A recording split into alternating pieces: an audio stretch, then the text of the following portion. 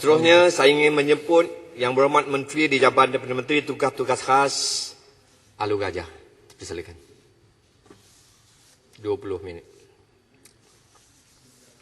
Terima kasih Yang di-Pertua. Terlebih dahulu, bagi pihak Jabatan Perdana Menteri, saya ingin mengucapkan ribuan terima kasih kepada ahli-ahli yang berhormat yang mengambil bahagian dalam perbahasan Rang Undang-Undang Perbekalan 2021 di dalam Dewan Yang Mulia ini. Saya telah meneliti isu-isu yang dibangkitkan sepanjang tempoh perbahasan dan terdapat 19 orang ahli yang berhormat telah membangkitkan isu-isu yang menyentuh tugas dan fungsi unit penyampaian kemakmuran bersama ataupun Shared Prosperity Delivery Unit sepadu dengan izin Agensi Pengurusan Bencana Negara NADMA, Bajes Keselamatan Negara MKN, Unit Penyelarasan Pelaksanaan ICU dan bahagian Kabinet Perlembagaan dan Perhubungan antara Kerajaan BKPP serta bahagian dasar dan perancangan strategik BDPS Jabatan Perdana Menteri. Terima kasih diucapkan kepada Yang Berhormat Paul Dickson, tak ada di sini, Yang Berhormat Papa, Yang Berhormat Shah Alam, Yang Berhormat Pekan pun tak ada di sini, Yang Berhormat Pontian, Kuala Selangor, Yang Berhormat Sabak Bernam, Yang Berhormat Kota Belud, Yang Berhormat Bintulu, Yang Berhormat Langkawi pun tiada di sini, Yang Berhormat Bacuk, Yang Berhormat Seputih, Yang Berhormat Tanjung Karang, Yang Berhormat Julau, Yang Berhormat Pandan pun tak ada di sini, Yang Berhormat Penampang. Julau ada sini. Yang Berhormat Menteri. Jelon ada di sini. Julau ada sini. Yang Berhormat Julau Julau ada. saya tak sebut, tak ada. Saya sebut Kota tak Belud ada, ada. saya sebut. Tunggulah Kalau dulu. hadkan mana ada di sini? Kalau Bukan, hadkan tak nombor ada. mana ada di sini? Saya sebut yang tak ada. Jawab yang lain je. tu Yang Berhormat Rompin dan Yang Berhormat Segambut. InsyaAllah saya akan menjawab satu persatu persoalan dan isu yang telah dibangkitkan mengikut fungsi agensi yang telah saya sebutkan sebentar tadi. Tuan yang pertama, Tuan Yang di-Pertua. Tak maaf. Pertama sekali saya akan menjawab isu-isu perbahasan yang berkaitan dengan Wawasan Kemakmuran Bersama 2030, WKB 2030 dengan izin di bawah fungsi unit penyampaian kemakmuran bersama sepadu. Yang Berhormat Langkawi telah bertanya mengenai perancangan kerajaan untuk mengurangkan jurang kekayaan ekonomi antara bandar dan luar bandar melalui dasar WKB 2030, manakala Yang Berhormat Pekan juga menyentuh isu yang sama dan berharap kerajaan dapat mengubal satu visi yang boleh memberi inspirasi kepada rakyat untuk menghadapi cabaran ini dan mencorakkan masa hadapan negara bersama. Untuk makluman ahli-ahli yang berhormat, WKB 2030 ini diteruskan sebagai wawasan baharu dan menjadi dasar pembangunan serta dasar ekonomi negara bagi mencapai 3 objektif utama iaitu menstruktur ekonomi negara, menangani ketidaksamaan dan membina negara. WKB 2030 ini adalah wawasan yang inklusif yang akan membawa dan menjadikan Malaysia sebagai sebuah negara maju di mana pengagihan ekonomi adalah lebih adil dan saksama. Oleh itu, dengan wawasan yang jelas, maka perancangan yang efisien dan tepat dapat dilaksanakan dan seterusnya masalah jurang pendapatan serta jarak ekonomi di antara bandar dan luar bandar dapat dikurangkan dan dikecilkan.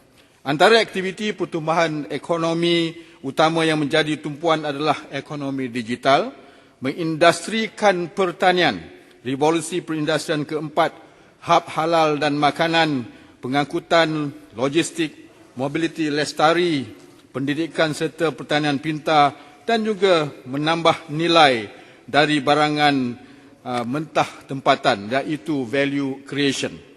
Aspirasi WKB 2030 ini adalah untuk menyediakan satu taraf hidup yang wajar kepada semua rakyat pada tahun 2030. Ini telah diperhalusi dan diterjemahkan dalam penggubalan RMK 12. Sehubungan dengan itu, pelaksanaan WKB 2030 ini telah disusuli dengan rancangan pembangunan dalam rancangan jangka sederhana negara dan juga perancangan bajet tahunan pembangunan yang berkonsepkan kepada matlamat yang hendak dicapai. Bagi mempromosikan WKB 2030 ini, kerajaan telah merancang pelan komunikasi untuk menjayakannya Di antaranya beberapa sesi libat urus juga telah diadakan yang bertujuan mempromosikan dan mendapatkan maklum balas mengenai WKB 2030 kepada kerajaan negeri dan pihak-pihak berkepentingan di negeri-negeri seperti usahawan-usahawan di luar bandar, badan-badan bukan kerajaan, koperasi dan agensi-agensi kerajaan di peringkat negeri. Walaupun kerajaan pada masa ini memberi lebih tumpuan kepada usaha-usaha untuk membendung pandemik COVID-19, namun inisiatif bantuan untuk golongan yang berkesan ini mengambil pendekatan yang sejajar objektifnya WKB 2030, iaitu golongan rentan ekonomi dan B40. Promosi WKB 2030 ini akan diteruskan dan dipertingkatkan agar rakyat dan semua pihak dapat menjiwai dan memberi sokongan kepada iltizam kerajaan untuk WKB 2030 ini. Sehubungan itu, Tuan Yang di-Pertua, Sepadu telah diberi mandat dan untuk melaksanakan program hebahan dan promosi ini dan memantau pencapaian inisiatif WKB dan juga memudahcarakan projek dan inisiatif quick wins yang akan membantu meningkatkan keupayaan golongan sasar seperti B40 dalam menjalankan aktiviti ekonomi di sepanjang rantaian bekalan. Tuan Yang di-Pertua, seterusnya, saya akan menjawab dua isu yang dibangkitkan oleh Yang Berhormat Papa yang menyentuh fungsi dan peranan Agensi Pengurusan Bencana Negara NADMA. Yang pertamanya, Yang Berhormat Papa bertanyakan tentang jumlah peruntukan yang akan dihaskan untuk menyediakan fasiliti mangsa banjir dan pusat kuarantin khas COVID-19 di Sabah dan apakah bentuk penambahbaikan yang akan dilaksanakan bagi mewujudkan kolaborasi KKM NADMA dalam mengendalikan COVID-19 di setiap hospital KKM di Sabah yang menguruskan rawatan pesakit COVID-19. Untuk makluman ahli yang berhormat, fasiliti mangsa banjir atau Pusat Pemindahan Sementara PPS di Sabah diselaraskan oleh Jabatan Kebajikan Masyarakat JKM dengan peruntukan persekutuan tahun 2020 sebanyak RM750,000 yang merupakan keempat tertinggi di Malaysia. Berhubung Pusat Kuarantin Khas NADMA telah menyalurkan peruntukan khas sebanyak 52.2 juta untuk perbelanjaan kluster kawalan COVID-19. Jumlah ini termasuk RM100,000 untuk kempen pembudayaan norma baru COVID-19 kepada Kerajaan Negeri Sabah secara berperingkat mulai 20 Mac 2020 hingga 23 Oktober 2020. Peruntukan sebanyak RM150 juta yang diumumkan semasa belanjaran 2021 untuk NADMA pula akan digunakan bagi keperluan-keperluan seperti berikut. Nombor satu, kos pengurusan dan pengoperasian stesen kuarantin yang terdiri daripada hotel dan institut latihan awam yang telah diwartakan. Nombor dua, kos pengurusan dan pengoperasian di pintu masuk antarabangsa KLIA 1 dan KLIA 2. Yang ketiga, kos golongan person under surveillance PUS yang akan ditanggung oleh kerajaan untuk orang kurang upaya dan kategori B40 dengan izin. Dan yang keempat, kelengkapan personal protective equipment PPE untuk petugas barisan hadapan atau frontliners. NADMA sentiasa bersedia membantu KKM dalam pengoperasian pusat-pusat kuarantin di Sabah melalui Sekretariat Pengurusan Bencana Negeri dan daerah yang diselaraskan oleh Angkatan Pertahanan Awam Malaysia APM. Antara kolaborasi NADMA, KKM, Kerajaan Negeri Sabah dan lain-lain agensi yang signifikan adalah menyediakan penjara kepayan sebagai pusat kuarantin dan rawatan tambahan dan stadium tertutup Lekas serta Institut Kemaimara Kota Kinabalu sebagai pusat kuarantin dan rawatan COVID-19. Tuan Yang di-Pertua, bagi isu yang kedua, Yang Berhormat Papa membangkitkan persoalan tentang persediaan jangka masa panjang yang dirangka oleh NADMA bagi mewujudkan emergency assistance yang cepat dan reliable untuk mangsa-mangsa bencana di seluruh Sabah. Untuk makluman ahli yang berhormat, dalam jangka panjang bantuan kecaman yang cepat dan reliable gantung kepada pembinaan kapasiti agensi tindak balas, kolaborasi strategik menghapuskan pertindahan tugas serta skop tindak balas, keupayaan dan pemodenan asset accessibility, penyediaan depo pengkalan hadapan yang tersedia dengan bekalan keperluan dan lain-lain faktor memainkan peranan yang penting. Perkara ini memerlukan perancangan dan perkongsian sumber yang dipertingkatkan antara pihak persekutuan, negeri-negeri, agensi tindak balas, pertubuhan bukan kerajaan dan komuniti. Daya tahan dan tindak balas komuniti terhadap bencana juga dipertingkatkan melalui program Community Based Disaster Risk Management ataupun CBDRM dengan izin. Program ini sentiasa dijalankan untuk memastikan komuniti memahami risiko bencana di sekeliling dan bersedia untuk bertindak balas jika berlaku bencana. Ini sekaligus menjadikan penduduk setempat sebagai first responder, first on the scene apabila berlaku bencana. Berdasarkan arahan nombor 20 Majlis Keselamatan Negara, Pengurusan Bencana Tahap 2 atau di peringkat negeri menyatakan bahawa Yang Berhormat Setiausaha Kerajaan Negeri selaku pengurusi jawatankuasa Pengurusan Bencana Negeri antara lain bertanggungjawab untuk perkara-perkara berikut. 1. Melaksanakan dasar, strategi, arahan, pelan tindakan dan hala tuju dan mengendalikan sesuatu bencana di peringkat negeri. Dan nombor 2, menyelaras keperluan pengurusan dan bantuan bencana di peringkat negeri seperti menentukan bantuan logistik dan mengambil alih peralatan ataupun jentera yang diperlukan secara sementara, kepunyaan agensi kerajaan, badan berkanun, pihak swasta dan badan-badan sukarela serta orang perseorang sebagai operasi tindak balas bencana. Justru itu, Jawatankuasa Pengurusan Bencana Negeri sebenarnya mempunyai fungsi yang besar dan signifikan kepada bencana alam di negeri masing-masing, di samping koordinasi dan bantuan yang akan terus disalurkan oleh kerajaan persekutuan berdasarkan tahap sesuatu bencana. Tuan Yang Dipertua, seterusnya saya akan menjawab isu perbahasan yang menyentuh tugas dan tanggungjawab Majlis Keselamatan Negara ataupun MKN dengan izin. Seramai 11 orang ahli berhormat telah membangkit berbagai isu berkenaan dengan prosedur operasi, SOP dan peringkat kawalan pergerakan bersyarat PKPB, iaitu Yang Berhormat Polikson, Yang Berhormat Shah Alam, Yang Berhormat Pekan, Yang Berhormat Sabak Bernam, Yang Berhormat Bintulu juga, dan Yang Berhormat Bacuk, Berhormat Pandan, Yang Berhormat Penampang, Berhormat Segambut, Yang Berhormat Seputih dan Yang Berhormat Kuala Selangor.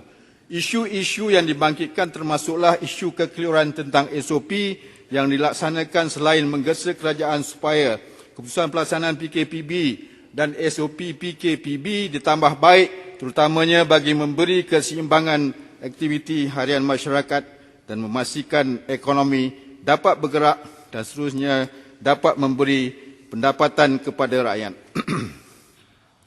Untuk makluman ahli-ahli yang berhormat, PKPB yang dilaksanakan adalah berdasarkan penilaian risiko ataupun risk assessment yang dibuat oleh Kementerian Kesihatan Malaysia bagi setiap kawasan.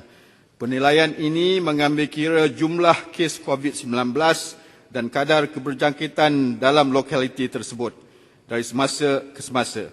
Kerajaan akan mengkaji keperluan untuk mengenakan PKPB sehingga hujung tahun ini sekiranya terdapat peningkatan kes. Pada masa yang sama, tindakan pembendungan perlu dilaksanakan bagi mencegah dan mengurangkan jumlah kes-kes COVID-19 kepada seminima yang mungkin ataupun sehingga sifar kes melalui PKPB. Pengisytiharan kawalan pergerakan ini adalah berdasarkan kepada Akta Pencegahan dan Pengawalan Penyakit Berjangkit 1988 Akta 342.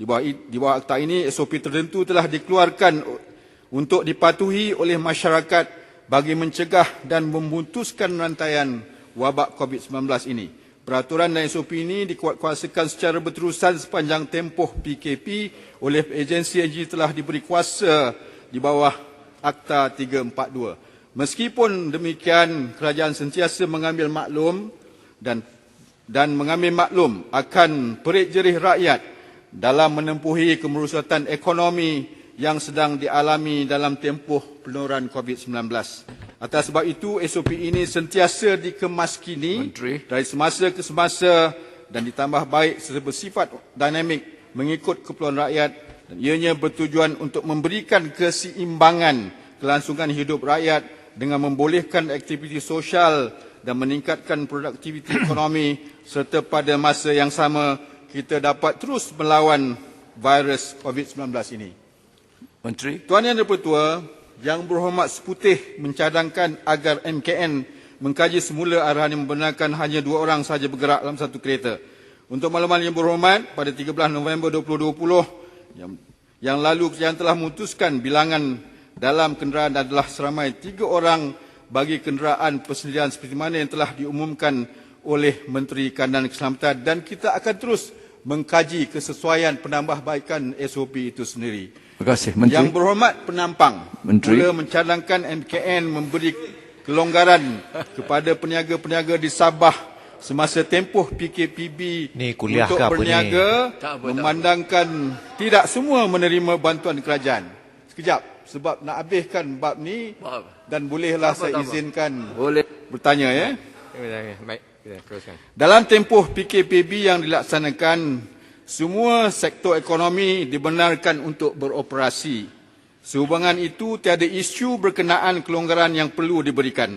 Sebagai contoh, semua premis perniagaan makanan di negeri ini dibenar beroperasi untuk aktiviti dine-in atau makan dalam kawasan premis. Sepanjang PKPB dilaksanakan, kebenaran beroperasi dan kedai-kedai makan tertakluk kepada SOP bagi memudayakan norma-norma baru dan mematuhi protokol kesihatan awam. Sila, Kuala Selangor. Terima kasih.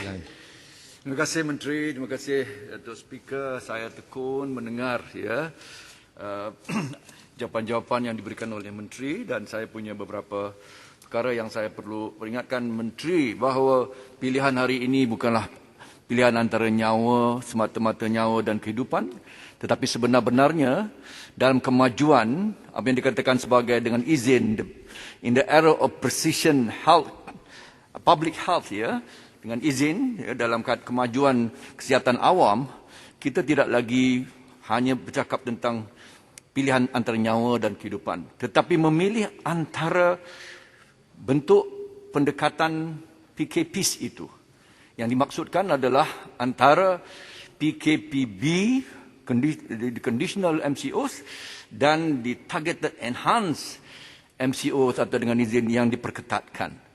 Lalu ini yang menjadi pertikaian Menteri, ya, kita tahu dan sedar. Saya tidak perlu menerangkan kepada Menteri akan akibat buruk dan parah, ya, bukan saja ekonomi tetapi derita rakyat. Jadi jangan mudah-mudah mengambil sikap ya untuk PKB-kan negeri-negeri. Saya sebutkan sebentar yang sedikit waktu lalu, Johor, ya, negeri seperti ya saya sebutkan beberapa negeri yang lain tidak seperti Selangor. Ya, saya memahami kedudukan Selangor. Itu satu perkara supaya jangan dimudah-mudah di PKB-kan. Ya. Keduanya saya ingin tekankan akan peranan ini adalah peranan bersama. Kesihatan adalah peranan bersama federal dan state. Ya, ini dia terbit dalam concurrent list, conjoined ya, dengan izin dalam perlembagaan persekutuan. Tetapi sejauh mana ya peranan negeri dan khususnya satu task force di Selangor ya yang terkial-kial untuk mendapatkan data sharing ya. Menteri perlu tahu, kami yang memulakan selangkah sebulan sebelum Mai Sejahtera di federal, ya, MOH dengan izin minta maaf, saya bukan kita niat untuk ya memperkecilkan ya ataupun nak angkat bakul, masuk bakul angkat sendiri. Jadi ringkasnya Menteri, perkara ini perlu kita lakukan bersama. Kolaborasi dan kerjasama kita ini perlu kita perketatkan. Kami dalam kedudukan Selangor hari ini yang terus menerus menyaksikan peningkatan kes, walaupun kami telah di PKB-kan, kami akan menampilkan satu program yang bernama Prevention ya, Outbreak on Ignition Sites. Kami minta Menteri untuk berikan kerjasama kepada negeri-negeri, khususnya di mana kita ada task force seperti STFC di negeri Selangor. Sangat diperlukan. Terima kasih Datuk Speaker. Saya untuk makluman yang berhormat, Menteri. MKN mengadakan sidang Bagi dijawab dulu. every day, setiap hari. Ya. Dan antara ahli-ahli yang dijemput adalah, contohnya disebutkan dari negeri Selangor, kami menjemput Menteri Besar Selangor untuk berkongsi data ya. dan juga untuk mengadakan satu SOP yang ada keseimbangan antara pembangunan ekonomi dan juga nyawa rakyat. Dan ini kita perhalusi setiap hari. Itu sebab kalau kita lihat ini, ada yang mungkin kurang mengetahui. Ia jelas. Tetapi kadang-kadang kalau kita lihat maklumat itu tidak sampai dengan jelas. Itu kita peka dan kita faham, dan kita terus berusaha untuk membawa naratif kepada rakyat supaya kita jaga kita. Kita mahu membudayakan apa yang kita bawa SOP menjadi norma baru kehidupan. Kalau sekiranya hari-hari kita menghadapi sekatan jalan raya, dan itulah norma kita untuk memastikan kita tidak membawa virus itu, itulah yang patut kita ikuti, dan kita selalu untuk menambah baik supaya tiada kekangan perjalanan yang lebih teruk dari apa yang kita telah lakukan. Terima kasih Boleh Menteri. saya teruskan? Terima kasih Menteri. Tetapi Masa- pelibatan bagi STFC saya- dan Menteri besar Selangor perlu diberikan izin juga, diberikan laluan. Yes, Terima kasih. yes.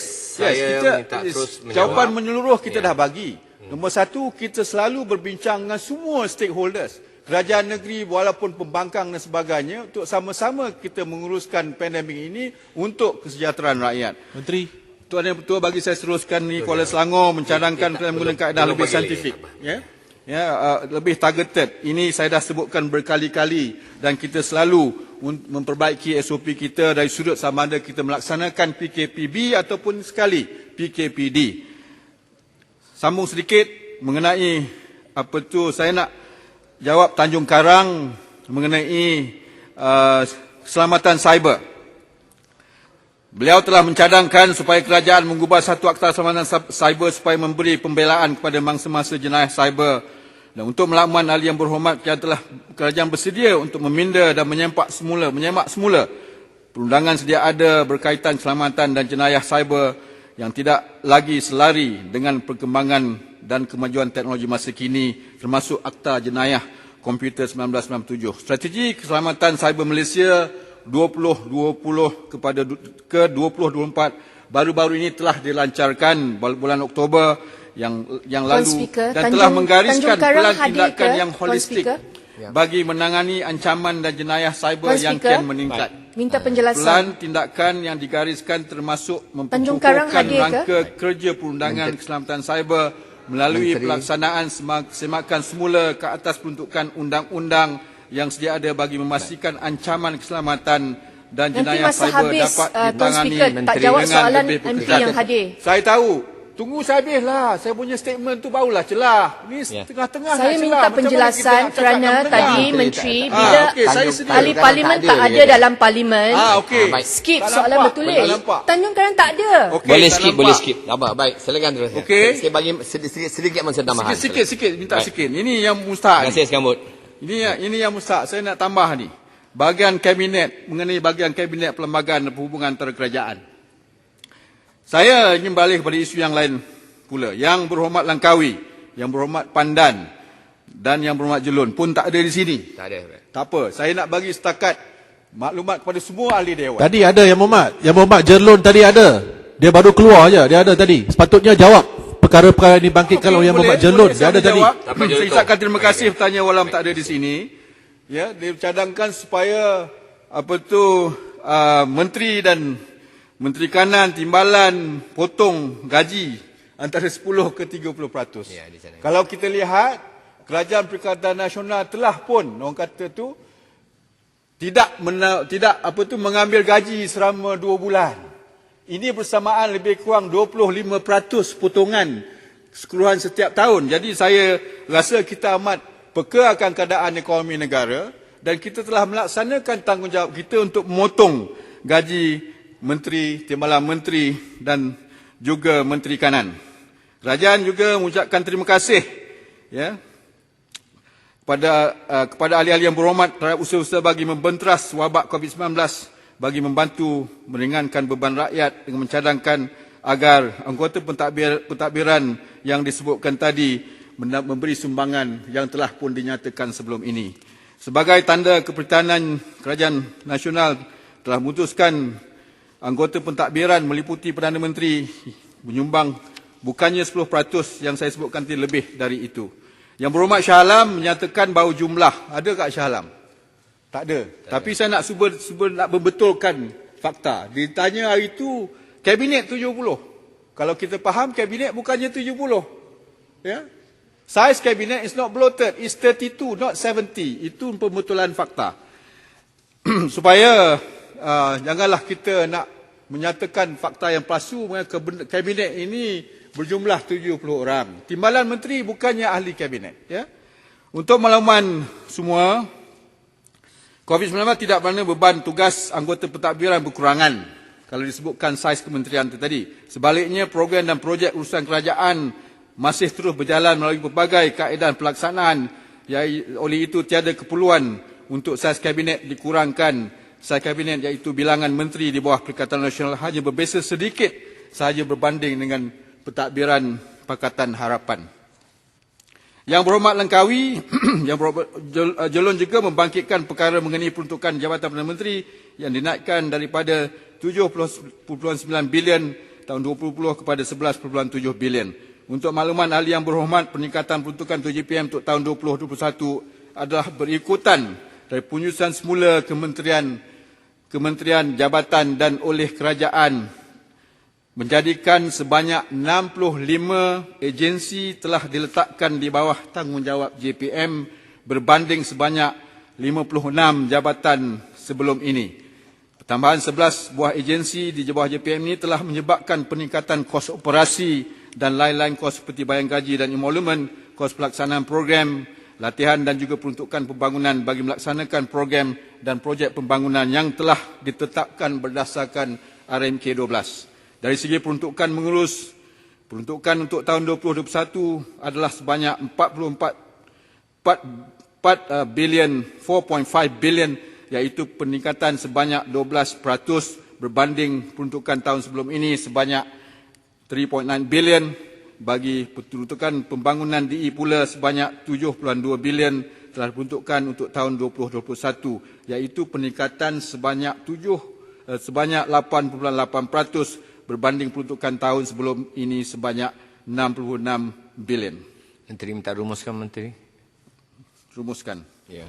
Dan yang selebihnya boleh. Yang selebihnya ada lagi soalan-soalan daripada Pontian mengenai BTN, PLKN dan sebagainya. Saya telah jawab dalam sesi persidangan yang lepas. Dan sebagai rumusannya, kita dalam peringkat kajian dan membuat cross-ministry engagement. Sama ada satu agensi perlu diwujudkan untuk menggantikan dengan dasar yang baru ataupun halal tujuan yang baru untuk membangkitkan balik patriotisme nasional kita, dan kita mahu lari dari kaedah-kaedah negatif yang tidak menguntungkan dari sudut penyatuan bangsa dan masyarakat Malaysia. Isu segambut, Tuan Speaker. Saya bangkitkan isu SOP, tapi belum dijawab. Silakan. Apa soalannya? Yang dalam perbahasan, Ya. saya bangkitkan SOP yang mengelirukan. Dia ada 2-3 lagi ni. Okey, Ya, saya 2-3 tunggu ya. lagi Saya ni. tunggu. Nanti jangan Dan kata dia- bagi jawapan bertulis ya. Kalau Kerana dibenarkan- saya ada soalan nak tanya. Tadi untuk saya dah penjelasan. bangkitkan perubahan SOP. Kita setiap hari memantau akan kepatuhan dan impak SOP itu sendiri. Sekiranya kita perlu tambah baik, kita akan tambah baik. Bukan bermakna kita mengubahkan SOP itu mengikut nafsu kita, tidak. Kita mengikut apa impak dia, apa maklum balas. Kita dalam proses untuk membudayakan cara ni kepada rakyat. Kita jaga kita. Kita nak memutuskan rantaian itu. Jadi memakan masa dan kita terpaksa mengubah. Contoh, ya, hari ini kalau kita lihat tourism industry, orang sebutkan dia dah mati, is dead dengan IZ. Ya? No arrival. Jadi kita cuba nak mempromosikan local tourism. Ada kaedah-kaedah SOP yang mungkin menyukarkan, tetapi akan mengambil masa untuk masyarakat memahami sebab apa SOP itu perlu dijalankan. Jadi kita akan tambah baik apabila masyarakat memahami apa sebab kita membuat SOP yang begitu ketat. Dan hari ini kalau kita lihat peningkatan penularan wabak COVID-19 ini ada kaitan dengan hubungan manusia antara satu sama lain. Ada kaitan dengan orang yang tidak menjarakkan diri mereka dari segi perhimpunan dan sebagainya. Ini penting. Dan itu sebab kita mengubah sedikit sebanyak SOP, bukan setakat mengubah tapi menambah baik, bukan mengelirukan. Tugas kami untuk memastikan kurang pengeliruan, beri lebih kefahaman kepada masyarakat. Tuan Terima Speaker, kasih. boleh saya tanya sekarang soalan saya? Yang saya telah bangkitkan dalam perbahasan tetapi belum dijawab. Isu yang saya bangkitkan, Menteri, adalah tadi Menteri jawab bahawa mesyuarat MKN dihadiri semua menteri dan stakeholder setiap hari. Baik, betul? Setiap Kurang tepat, kita ada majlis tetap peringkat jawatan kuasa mesyuarat MKN dan juga kita ada sidang khas melibatkan menteri-menteri yang dipromosikan oleh Yang Amat Berhormat Perdana Menteri. Kalau kita lihat jadualnya, kedatangan ataupun dipromosikan oleh Yang Amat Berhormat Perdana Menteri tiga kali seminggu, sekurang-kurangnya 2 kali seminggu. Yang lainnya tiap-tiap hari dipromosikan oleh Menteri Keranan Keselamatan. Terima kasih. Baiklah.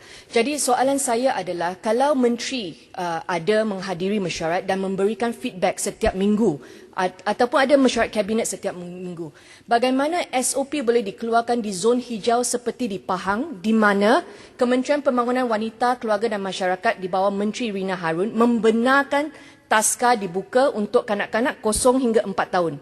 Itu taska. Tetapi Tadika pula di bawah Kementerian Pendidikan Menteri Razzi 5 hingga 6 tahun diarahkan tutup. Jadi perbezaan 2 tahun ini, satu diarahkan buka, satu diarahkan tutup, dan pusat tuition juga enrichment center semua diarahkan tutup di zon hijau. Taska Tadika operators bila mereka telefon nak tanya, tak ada jawapan, dan arahan ini mengelirukan kerana mereka ada gaji yang perlu dibayar kepada cikgu-cikgu dan ibu bapa boleh bekerja tapi tak ada tempat untuk hantar anak. Jadi isu konflik ini seperti ini di mana 0 hingga 4 tahun boleh dihantar, 5 hingga 6 tahun tak boleh dihantar kerana menteri yang berbeza. Itu persoalan saya dalam perbahasan. Terima kasih Segambut. Saya nak bantu sikit. sila. Saya nak tambah sikit. Jawab dahulu.